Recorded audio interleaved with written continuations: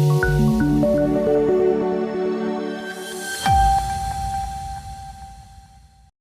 આદમી પાર્ટીના રાષ્ટ્રીય સમન્વયક અરવિંદ કેજરીવાલે ઈસીઆઈને પૈસા વિતરણ પર આંખ બંધ રાખવાનો આરોપ લગાવ્યો। અરવિંદ કેજરીવાલે તાજેતરમાં ભારતીય ચૂંટણી કમિશન તરફ નિશાન બનાવીને આપેલી ટિપ્પણીઓથી ચર્ચા શરૂ થઈ છે। તેમણે એક દ્રઢ નિવેદનમાં ઈસીઆઈને દિલ્હીમાં ચૂંટણી દરમિયાન પૈસા વિતરણની અફરાતફરી અંગે આંખ બંધ રાખવા પર આક્ષેપ કર્યો। તેમણે ચિંતા વ્યક્ત કરી કે જ્યારે આ પ્રવૃત્તિઓ અદ્રશ્ય રહે છે ત્યારે કમિશન રાજકીય ચાલમાં વ્યસ્ત છે। કેજરીવાલે ખાસ કરીને રાજીવ કુમારનું ઉલ્લેખ કર્યો, સૂચવ્યું કે તેમના પ્રેરણાઓ નિવૃત્તિ પછીની નોકરી મેળવવા માટે જોડાયેલી છે। તેમણે કુમારને ચેતવણી આપી કે ઇતિહાસ તેમના કાર્યોને અનુકૂળ રીતે નહીં જોવે। આમ આદમી પાર્ટીના નેતાને આગળ કહેવું હતું કે ચૂંટણી કમિશન હાલની સ્થિતિમાં ક્યારેય આટલી ખરાબીનો સામનો કરી નથી।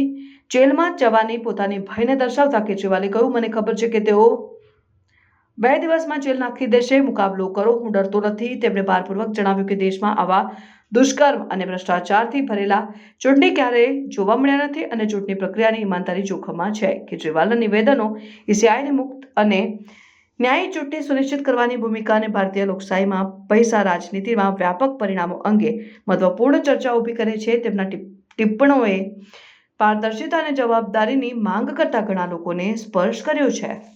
ईसीआई को मैं ये कहना चाहता हूं पूरे सम्मान के साथ, उनको दिल्ली के अंदर खुलेआम पैसे बट रहे हैं वो दिखाई नहीं दे रहा। उनको दिल्ली के अंदर रोज चादरें बट रही, अभी भी बट रही है, कल शाम को भी बटी चादरें, वो दिखाई नहीं देती। हमने बताया कि पैसे किसके घर में पड़े हैं वो दिखाई नहीं देता। ईसीआई राजनीति कर रहा है।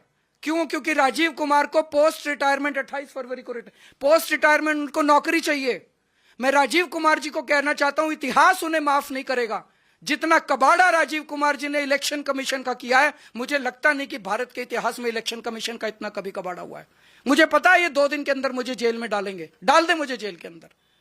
जिस तरह की आज भाषा उन्होंने इलेक्शन कमीशन ने लिखी है, ये इलेक्शन कमीशन का काम नहीं है। अगर राजनीति करनी है, राजीव कुमार लड़ने एक सीट से दिल्ली की किसी विधानसभा से। खुलेआम दिल्ली के अंदर गुंडागर्दी मची पड़ी है, खुलेआम पैसे बांटे जा रहे हैं, खुलेआम चादरें बांटी जा रही हैं। इस किस्म का चुनाव इस देश की जनता ने कभी देखा ही नहीं था। मैं 3 बोतलें इलेक्शन कमीशन के लिए भी भेज दूंगा। हमारे पास 20 बोतलें हैं, कल रात को हमने लैब में बनवाई है। 20 बोतलों का पानी में 3 बोतलें राजीव कुमार जी को भेज दूंगा। वो प्रेस कॉन्फ्रेंस में तीनों इलेक्शन कमिश्नर पी के दिखा दें, हम मान जाएंगे कि हमने गलती की है।